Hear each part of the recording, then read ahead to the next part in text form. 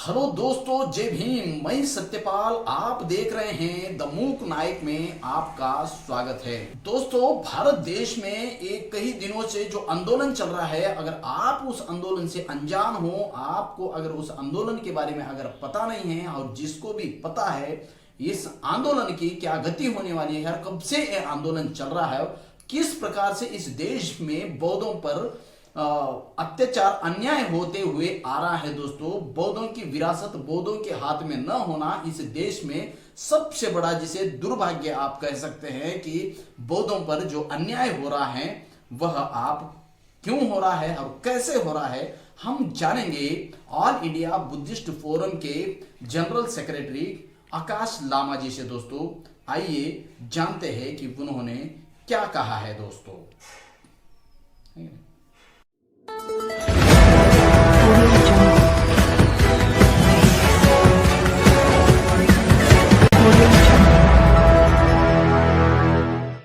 नमो बुद्धाया। जय भीम सभी को।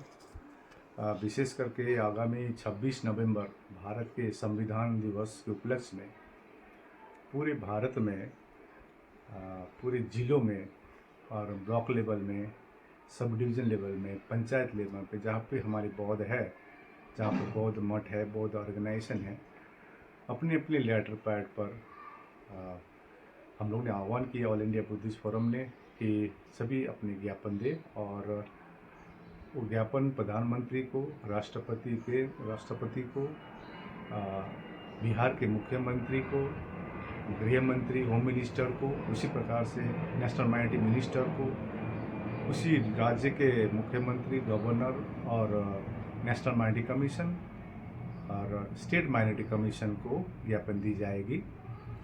विशेष करके अभी हम लोग 17 सितंबर में हम पूरे भारत के बौद्ध ने एक शांति रैली की थी। एक रैली सभा करने के बाद हम लोग ने पटना में जो ऐतिहासिक थी, जो 500 मेमोरेंडम हम लोग ने मुख्यमंत्री नीतीश कुमार जी, बिहार के मुख्यमंत्री को ज्ञापन सौंपे थे, और 1 महीने समय दिए थे कि जो बीटी एक्ट है, बोध गया टेम्पल एक्ट, जो महाबोधि महाविहार बौद्धों की सबसे पवित्र तीर्थ स्थल, वहाँ पर वो कानून अभी भी चली आ रही है, जो 1949 की एक्ट है, बीटी एक्ट। उसके आधार पर 9 मेंबर रहेगी, 9 में से 4 ही बौद्ध रहेंगे और 5 अन्य धर्म के। विश्व में ऐसा कहीं भी ऐसा व्यवस्था नहीं है जहाँ पर किसी भी धार्मिक स्थल में उसी अन्य धर्म के लोग वहाँ पर संचालन कमेटी में हो।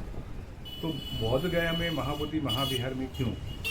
तो इसीलिए हम लोग चाहते हैं, भारत के बौद्ध और विश्व के बौद्ध चाहते हैं कि महाबोधि महाविहार पूर्ण रूप से कमेटी में बौद्ध रहे और बीटी एक्ट को पूरी तरह से निरस्त किया जाए।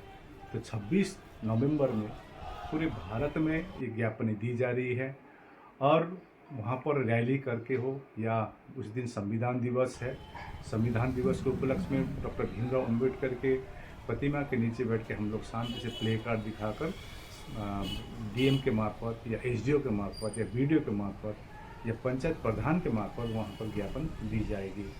सिर्फ भारत में नहीं, विश्व में भी हो रही है। उसी दिन इंडियन एम्बेसी में राष्ट्रपति, भारत के राष्ट्रपति, प्राइम मिनिस्टर को और बिहार के मुख्यमंत्री को आज तक का जो अपडेट आया है, अमेरिका में, कनाडा में, टोरंटो, वैंकूवर, लंदन इंग्लैंड में, जर्मनी में, पोर्चुगल में, इटली में, Australia, New Zealand, Nepal, Bhutan, Sri Lanka, Bangladesh, Thailand, इसी प्रकार कंबोडिया, लाओस और जापान, इस सब देशों में भी ज्ञापन दी जा रही है। आज तक अपडेट ये आया है।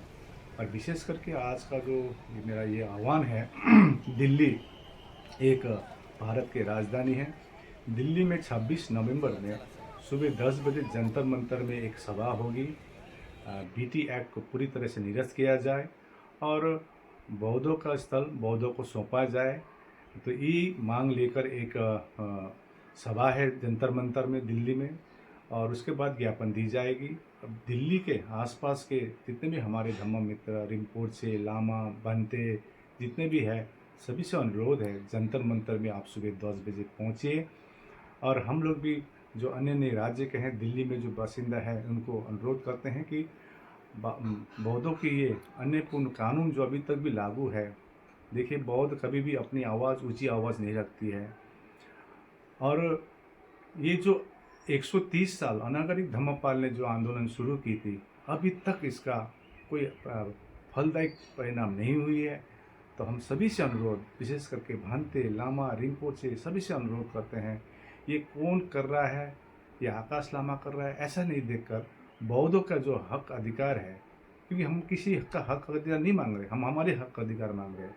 तो बौद्धों के हक अधिकार के लिए आप लोग ज़रूर दिल्ली में आइए और अपने अपने क्षेत्र पर, अपने अपने राज्य पर आप उस दिन ज्ञापन दीजिए। बहुत बहुत साधुवाद। नमो बुद्धाय। भवतु सर्वमंगलम।